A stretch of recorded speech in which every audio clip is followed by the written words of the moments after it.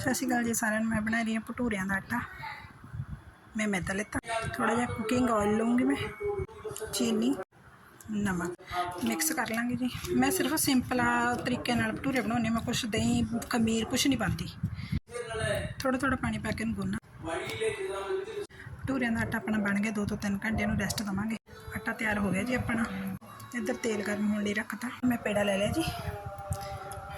हुण भटूरा बेलांगे।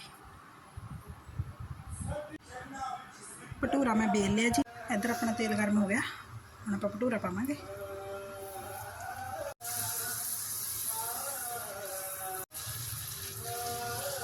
भटूरा देखो अपना कितना सोहना फुलिया।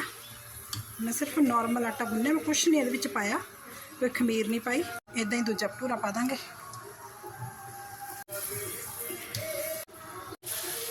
हुण इहनूं बाहर कड्डांगे।